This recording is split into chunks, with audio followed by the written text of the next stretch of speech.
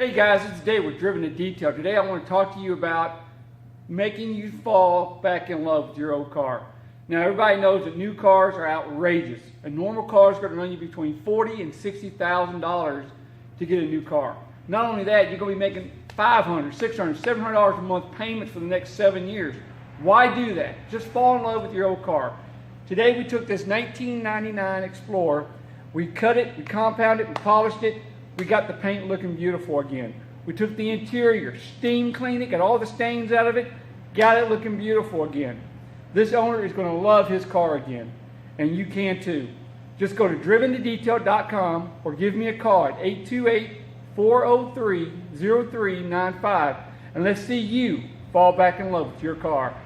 Talk to you soon. And remember to always stay driven and drive clean, my friend.